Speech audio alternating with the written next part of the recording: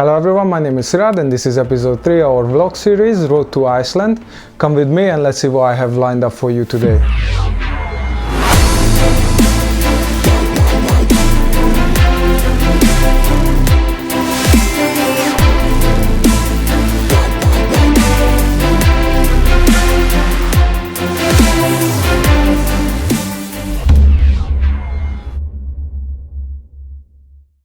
So, in this episode we're gonna have a couple of new things compared to the previous episodes. Number one is the crapometer, which I'm gonna explain in a second in a little bit more detail, and the second one is gonna be a comparison what I'm gonna do between the UK and Hungary in different topics such as architecture, science, athletes, sporting events, and it all depends on the area I'm currently visiting. So if last time, for example, I went to Windsor in this episode, I'm gonna compare Windsor Castle, a couple of facts about Windsor Castle, to one of the castles in Hungary, which is about the same distance from the capital as Windsor is from London. So I came up with the idea to track every single journey what I do and then just summarize the kilometers and then see how many kilometers I can do total before the bicycle breaks or I have to replace something like a group set, which is going to be a bigger spending, because at that point I will consider either buying a new bicycle or maybe turn this one into a project bike. So the bike was relatively cheap. It was about £400 when I bought it. It's a Carrera bike from Halfords. It all equipped with entry-level stuff. So you got the Shimano Claris group set on it, and you got disc brakes, but again some entry-level. I will leave all the specifications in the description as well, so you can check out what kind of bike I'm riding. As I said, it's a really cheap one, and I think most of the semi-pros and pros would consider this one as a crap bike. So that's why it's a crapometer, because it's nothing high quality about this bike, but it does the trick for me for now. I'm riding it until I can. So we will be tracking every episode how many kilometers the bike has done so far, and then if I have to change smaller things on it, like I had to change the tires already, then I'm just gonna list that one. So the second addition to the episodes is gonna be the comparison. So depending on which part of the UK I visit, I will pick a topic. It might be, as I mentioned, architecture, science, so on and so on, depends on what the certain area I'm visiting at the moment is famous for, and I'm just gonna try to pick something similar in Hungary and then do a little bit of a comparison. So last time I went to Windsor, I wanted to see the castle. Unfortunately I couldn't get inside because it was closed and it was guarded heavily enough for me not to try to break in and then just take a couple of pictures or videos. So I was only shooting from the outside, but this is when I came up with the idea that because it's such a unique castle. We got a couple of unique castles in Hungary as well, and we got one roughly about the same distance from our capital, from Budapest, as Windsor is from London, and it's called the Citadel of Wichigrad. It's a pretty old castle. I was lucky enough back then when I was living in Hungary to visit it maybe twice, I believe. And I was well impressed with it. It's a beautiful castle. So what I'm gonna do is I'm just gonna do a little bit of a comparison. So as far as the comparison go, I'm not gonna go very deep into the details of either of the castles. I just picked a couple of interesting facts and I'm just gonna line them up side by side. So if we start with Windsor Castle, Windsor Castle was built in between 1070 and 1086. The construction took about 16 years and it was commanded by William the Conqueror. On the other hand side, the Wichigrad Citadel was built between 1250 and 1260, commanded by Bela IV, so that was about 200 years later than the Windsor Castle. When we compare the size of the two castles based on their floor area, Windsor Castle is slightly bigger than the Wichigrad Citadel. Windsor is 45,000 square meter and the Wichigrad Castle is 33,270 square meter. Still comparing the size of the two sites, the interesting thing what I find about Windsor is that it has actually 1,000 rooms. Now, I didn't find anything regarding the exact number of the rooms in Wichigrad Citadel. What I find is that it actually made out of 4 different sites: the lower castle, the upper castle, the royal palace, and then the military training ground, which was located on the top of Shipwreck Hill. Now, when it comes to the functionality of the buildings, Windsor Castle is still used by the royal family as a residency. On the other hand side, Wichigrad Citadel became a home of various exhibitions, such as historical exhibition and then the medieval weapon exhibition. If you're familiar with English history, you most likely know that Prince Albert died in Windsor Castle in 1861, and we have a pretty infamous that case in Wichigrad Citadel as well. A lot earlier though, because that happened in 1386 when Charles the Short died in Wichigrad. Regarding his death, the interesting fact is that somebody tried to assassinate him in Budapest, and after he was injured, they took him to Wichigrad, and then a couple of days after his arrival, unfortunately, he died.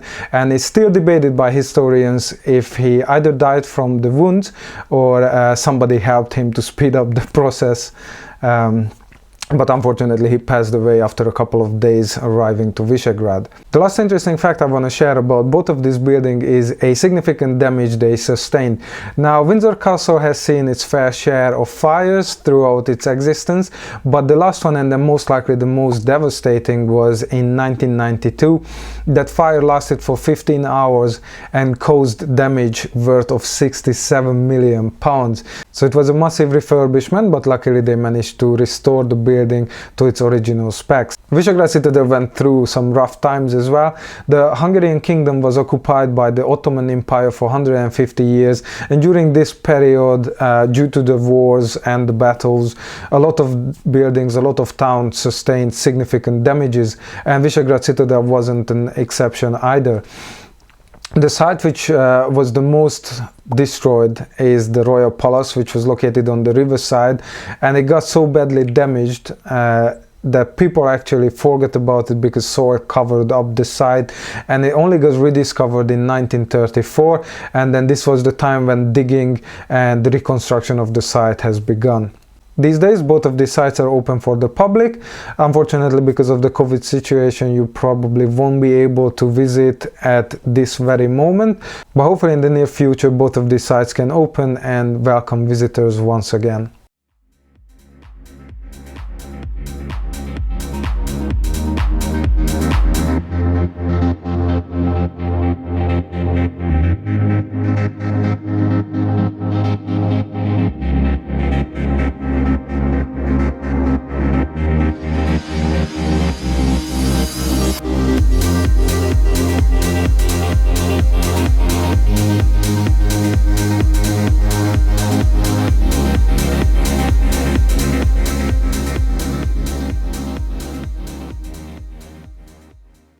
So this is update number 1. I just left Maidenhead, so I drove down, took me about 1 hour or something like that. Went to a car park, wrong car park, you can stay maximum 3 hours, so I had to change location. And then so I left the car in the train station, so I left also the bicycle rack on the car, so I'm really hoping that nobody's gonna nick it by the time I get back. So I maybe left Maidenhead about 5 minutes ago, and I'm out in the countryside again. This time no fog, the temperature is perfect, the sun is shining, so this is gonna be a good ride. I mean, I hope so. All right, let's get going. It's so nice to see the sun again, and hopefully the microphone is working so you can hear me properly and not too much of the wind. I just passed a farm with loads of sheep. This is the kind of therapy you need. Just go outside and then enjoy the sunshine, even if it's not 25 degrees. So many sheep! What's up, guys?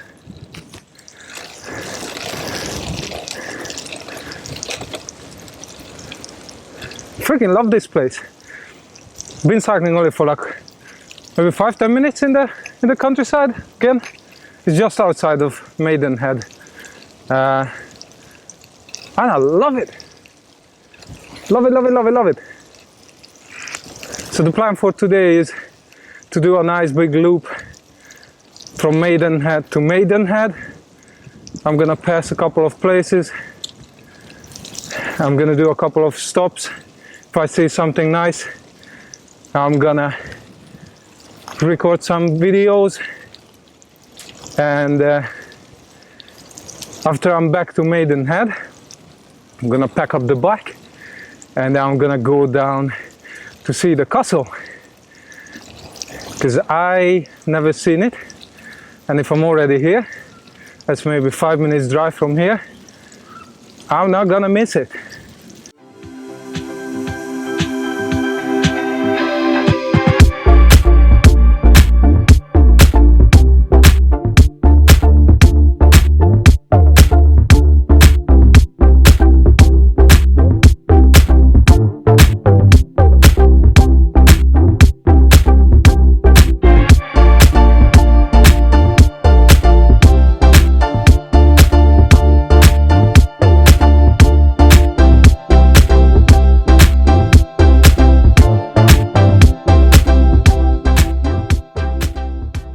Okay, now let's have a look at the Strava. Let's see what the data says. So as I mentioned, I went to Maidenhead and I did a loop there. It was 67.13 kilometers, took me 3 hours and 7 minutes. That was my moving time. The trip itself, I think it was a little bit over 4 hours, but because I've seen a couple of nice places, I crossed the Thames twice, I decided to stop and do some videos, take a couple of pictures, and then so the ride was a little bit interrupted, but I wouldn't even call it interruption because these were really nice places, so it was fun to just take a couple of videos.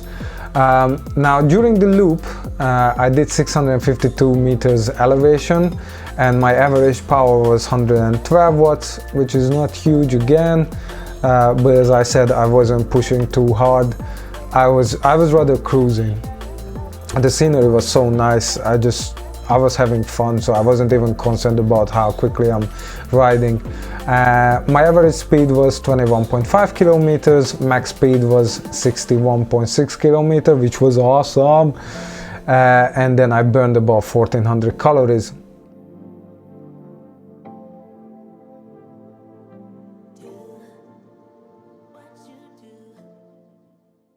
Cheers, thank you very much. No, don't have space for it. Bye-bye. Morning. This place is amazing. It looks so cool. Just have a quick look. Look at that. It's fucking amazing. I think this is the part of the route where I'm gonna have to do a bit of a hill climb, so that's probably the best time to talk a little bit. But yeah, so far this route, I find this on Komoot. I don't know who made it. If I can find it, I will give credit to the person who created this route, because this is amazing. I don't know what it was made for, maybe for, you know, somebody to train, because the road is not too bad quality. Actually, it is quite good, other than being muddy a little bit. There's nothing wrong with it, but I can imagine that in the summer this is bone dry and then you can just smash it like an idiot. And I don't even know how many kilometers I actually cycled so far. Let me have a quick look. Wow, I still need to do 44 kilometers. I did 23. I'm slow as fuck. But on the other hand side, I didn't come to train today. I knew that the place is gonna be pretty good looking, so I'm gonna take my time with this and then just enjoy. Anyways, with the whole lockdowns and tier system and you can't go anywhere, you can't do fucking nothing, I kinda need this. Not because I have too much stress in my life or I'm too concerned about the whole COVID situation, but being outside, enjoying the sunshine, actually being outside, and I don't even care if it's too cold or raining or whatsoever, it just, for me it's like a supercharger for a Tesla. Because if I want to be quite honest, I don't mind at all bragging about this kind of stuff. I see nice places. I'm outside. Except when we're cycling in the towns, I'm breathing in fresh air. And as I said, it's just like my charging point. Alright, I think the road is getting a little bit busy, so I'm gonna check out and come back a little bit later. So this is update number 3. I have to do this from the car because I couldn't record anything else on the road because it started to rain. But yeah, while I was doing the rain, I was like, I hope it's gonna be raining because then I don't have to wash the bicycle, because I'm gonna be driving for at least an hour, and I will be like, that's enough time for the rain to wash the bicycle. And yeah, I was hurt, but half an hour, 45 minutes earlier than it should have been. Anyway, so it was raining for the last 40 minutes or something like that, so I couldn't record nothing, and then the rest of the road was just hill climbs and then going up and down, which wasn't going to be really good for recording because the wind was going to be in the way. But yeah, it was pretty fun ride. It took I haven't even checked my Strava. Anyways, I'm gonna check it and I'll let you know, but I think it took maybe the cycling about 3 hours, but I stopped many times because I've seen a little church here, I've seen that, take a photo here, take a little video there. I hope that some of the footage is gonna be usable. I'm gonna go grab some coffee, and I hope they have some vegan stuff in the coffee shop, and I'm gonna have a little snack. And it's still bright, so I'm gonna go to Windsor, and hopefully it's not gonna be raining, and I can so do a couple of videos. I'm not hoping too much because again my hands are cold, so probably the footage is gonna be shaky and stuff like that, but I'll see what can I do.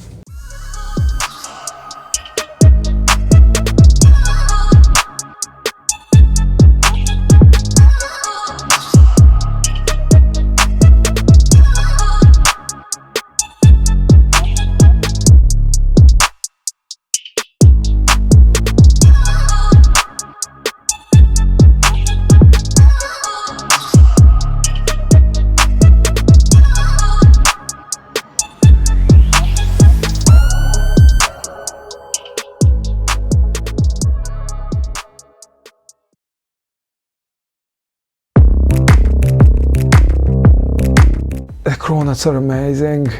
I don't know if, like, probably I'm a late bloomer, so I figured out it just now, so they probably exist for years and years now, but this is croissant and donut mixed together. So it's like a French guy and an American girl met, they had fun, and then cronut was born. It's freaking amazing, it's so fucking tasty. So I picked up a couple of those ones and I just had home. So this was it for today's episode. Thanks very much for joining in. Tune in to next week's episode when I'm gonna be cycling in London, and we're gonna check out all the bridges crossing the Thames from Kew Garden to... If you enjoy our content, please feel free to subscribe, hit like and share. As usual, all of our social media will be included in the description. You can follow us on Instagram, Facebook, Strava and Komoot. Have a good one and see you soon.